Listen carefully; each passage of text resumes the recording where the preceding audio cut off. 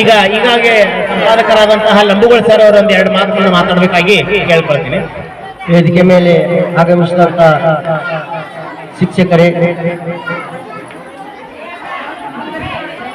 ಪಾಲಕರೇ ಹಾಗೂ ಈ ಗ್ರಾಮದ ಗಣ್ಯ ನಾಗರಿಕರೇ ಹಾಗೂ ಮುಖ್ಯ ಅತಿಥಿಗಳೇ, ನನ್ನ ಸ್ನೇಹಿತರೇ, ಮಾಧ್ಯಮ ಮಿತ್ರರೇ, ನಿಮಗೆಲ್ಲರಿಗೂ 79ನೇ ಸ್ವಾತಂತ್ರ್ಯೋತ್ಸವದ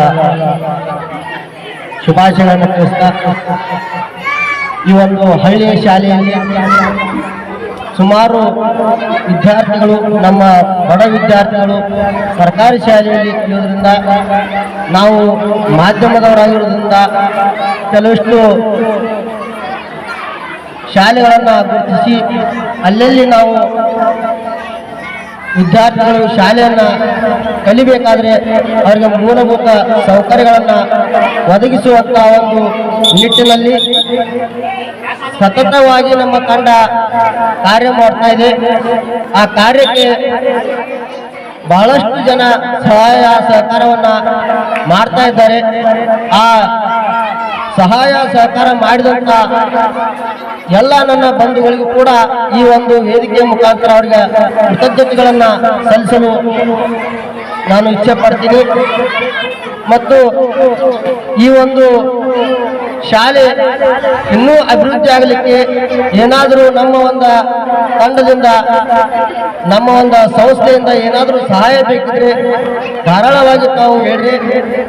ಅವಾಗ ನಾವು ಎಲ್ಲ ಬಂದು ಕೆಲವೊಂದಿಷ್ಟು ಸಹಾಯಗಳನ್ನು ಮಾಡಲಿಕ್ಕೆ ನಾವು ರೆಡಿ ಇದೀವಿ ಅಂತ ಈ ಒಂದು ವೇದಿಕೆ ಮುಖಾಂತರ ನಾನು ಹೇಳಕ್ಕೆ ಇಷ್ಟಪಡ್ತೀನಿ.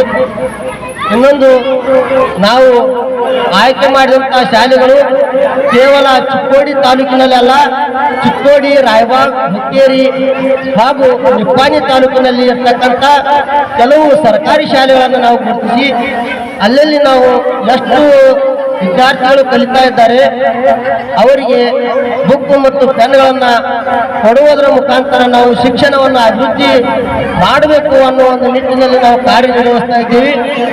ಈಗ ಅಷ್ಟೇ ಅಲ್ಲ, ತಾವು ಯಾವಾಗಲೂ ನಮಗೆ ಕರೆ ಕೊಡ್ಬೋದು.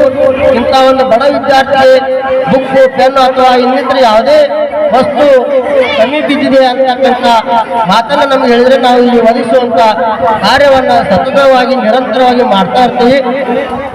ನಾವು ಯಾಕೆ ಮಾಡ್ತೀವಿ ಅಂದ್ರೆ ನಮ್ಮ ಹಿಂದೆ ಬಹಳಷ್ಟು ದಾನಿಗಳು ನಮ್ಮ ಜೊತೆ ಕೈ ಜೋಡಿಸಿದ್ದಾರೆ.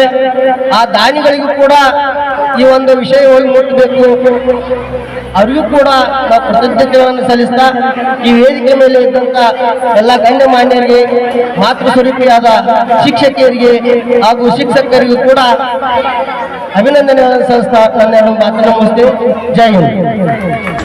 ಗುರುರ್ ಬ್ರಹ್ಮ ಗುರುರ್ ವಿಷ್ಣು ಗುರುರ್ದೇವೋ ಮಹೇಶ್ವರ ಗುರು ಸಾಕ್ಷಾತ್ ಪರಬ್ರಹ್ಮ ತಸ್ಮೈ ಶ್ರೀ ಗುರವೇ ನಮಃ. ಗುರುರ್ ಬ್ರಹ್ಮ